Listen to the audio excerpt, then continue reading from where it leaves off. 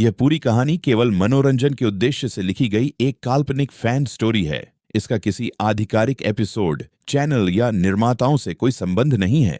शादी का मंडप रोशनी से जगमगा रहा था, हर तरफ खुशियों का माहौल था, लेकिन आरंभ के दिल में एक अजीब सी बेचैनी थी। उसे बार बार लग रहा था कि आज सिर्फ एक शादी नहीं होने वाली, बल्कि कई सालों से छिपे ऐसे राज सामने आने वाले हैं जो पूरे टंडन परिवार की किस्मत बदल देंगे। आरंभ को कमरे में बंद कर दिया गया था। वह लगातार दरवाजा पीट रही थी और मदद के लिए आवाज लगा रही थी, लेकिन बाहर बजते तेज बैंड और ढोल की आवाज में उसकी चीखें दब चुकी थीं। दूसरी तरफ डिम्पल अपने चेहरे पर मुस्कान लिए मेहमानों के बीच ऐसे घूम रही थी जैसे कुछ हुआ ही न हो। उधर पुलिस अधिकारी आरतू नायरा से मिलती है और उसे दहेज के लेन देन से जुड़े वीडियो दिखाती है। वीडियो देखकर नायरा के पैरों तले जमीन खिसक जाती है। उसे यकीन ही नहीं होता कि जिस परिवार को वह अपना बनने जा रही थी, वही परिवार करोड़ों रुपए के दहेज की साजिश रच रहा है। नायरा तुरंत राज से बात करना चाहती है, लेकिन तभी एक रहस्यमयी व्यक्ति काले कपड़ों में उसके सामने आता है और चुपचाप एक पेन ड्राइव उसके हाथ में रखकर भीड़ में गायब हो जाता है। पेन ड्राइव पर सिर्फ एक शब्द लिखा था, सच।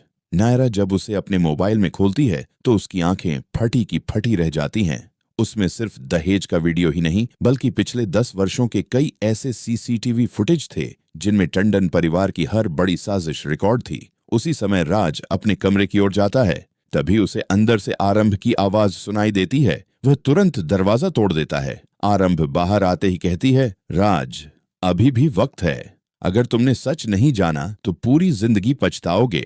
राज पहली बार आरंभ की आंखों में डर नहीं, बल्कि सच्चाई देखता है। इसी बीच मंडप में पंडित जी शादी की रस्में शुरू करने की घोषणा कर देते हैं। सभी लोग अपनी अपनी जगह बैठ जाते हैं, लेकिन ठीक जैसे ही वरमाला होने वाली होती है, पूरे वेन्यू की लाइट अचानक बंद हो जाती है। चारों तरफ अंधेरा छा जाता है। कुछ सेकंड बाद सामने लगी विशाल एलईडी स्क्रीन अपने आप चालू हो जाती है। स्क्रीन पर जो वीडियो चलता है उसे देखकर पूरा हॉल सन्न रह जाता है। वीडियो में डिम्पल खुद कह रही होती है, राज को मंदिर भेज दो, आरंभ को कमरे में बंद कर दो और दहेज की रकम बिना किसी परेशानी के अंदर पहुंचा दो। पूरा मंडप हैरान रह जाता है। डिम्पल चिल्लाती है, ये सब झूठ है, किसी ने वीडियो एडिट किया है। लेकिन तभी दूसरा वीडियो चल पड़ता है। इस बार वीडियो में विश्वास दिखाई देता है। वह किसी अनजान आदमी से कह रहा होता है, अगर आज शादी रुक गई तो हमारी पूरी प्रॉपर्टी चली जाएगी। ये सुनते ही मंजू के हाथ से पूजा की थाली गिर जाती है।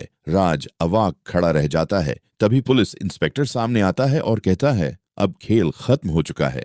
लेकिन तभी कहानी में ऐसा मोड़ आता है जिसकी किसी ने कल्पना भी नहीं की थी। भीड़ के बीच से एक बुजुर्ग महिला आगे आती है। उसे देखकर मंजू के चेहरे का रंग उड़ जाता है। महिला कहती है, मैं जिंदा हूं।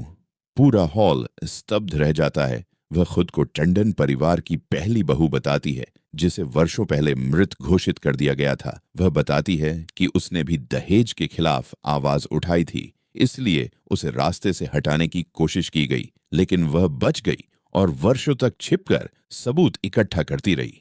सभी लोग उसकी बात सुनकर हैरान रह जाते हैं। डिम्पल पहली बार डर जाती है, लेकिन असली झटका अभी बाकी था। बुजुर्ग महिला एक पुरानी फाइल निकालती है और कहती है, राज, तुम टंडन परिवार के असली वारिस नहीं हो। पूरा मंडप सन्न रह जाता है। राज कांपती आवाज में पूछता है, तो मैं कौन हूं? महिला जवाब देती है, तुम मेरे बेटे हो। ये सुनते ही सबके पैरों तले जमीन खिसक जाती है। मंजू रोने लगती है। विश्वास चुप हो जाता है। डिम्पल के चेहरे का रंग उड़ जाता है। महिला बताती है कि वर्षों पहले अस्पताल में बच्चों की अदला बदली कर दी गई थी ताकि करोड़ों की संपत्ति टंडन परिवार के कब्जे में रहे। राज की पूरी दुनिया एक पल में बदल जाती है, लेकिन तभी एक नकाबपोश व्यक्ति मंच पर आ जाता है। उसके हाथ में रिमोट होता है। वह कहता है, अगर किसी ने एक कदम भी आगे बढ़ाया तो इस पूरे वेन्यू में लगे बम सक्रिय हो जाएंगे। पूरा हॉल दहशत में आ जाता है। पुलिस हथियार निकालती है। नायरा डर जाती है।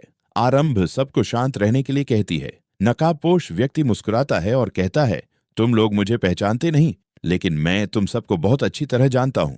वह धीरे धीरे अपना नकाब हटाता है। सभी लोग चौंक जाते हैं। वह कोई और नहीं बल्कि वही व्यक्ति होता है जिसे 10 साल पहले मृत मान लिया गया था। वह कहता है, आज मैं अपना बदला लेने आया हूं।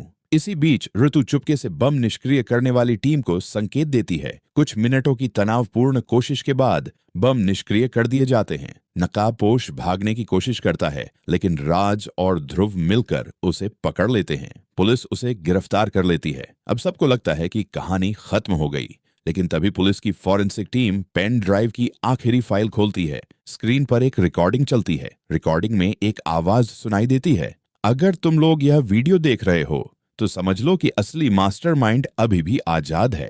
पूरा हॉल फिर से सन्न रह जाता है। वीडियो में सिर्फ एक परछाई दिखाई देती है। वह कहती है, डिम्पल सिर्फ एक मोहरा थी, असली खेल तो मैंने शुरू किया था। वीडियो अचानक बंद हो जाता है। सभी लोग एक दूसरे को देखने लगते हैं। आरंभ धीरे से कहती है, इसका मतलब हमारी लड़ाई अभी खत्म नहीं हुई। कैमरा धीरे धीरे पीछे हटता है। पुलिस पूरे वेन्यू को सील कर देती है। राज, नायरा, आरंभ और ध्रुव एक दूसरे की ओर देखते हैं। उनके सामने अब सिर्फ दहेज का मामला नहीं, बल्कि कई साल पुरानी साजिशों का ऐसा जाल खुल चुका था जिसका हर धागा एक नए रहस्य की ओर इशारा कर रहा था। और यहीं ये काल्पनिक फैन स्टोरी समाप्त होती है, इस वादे के साथ कि अगली कड़ी में सच का सबसे बड़ा विस्फोट पूरी कहानी की दिशा बदल देगा।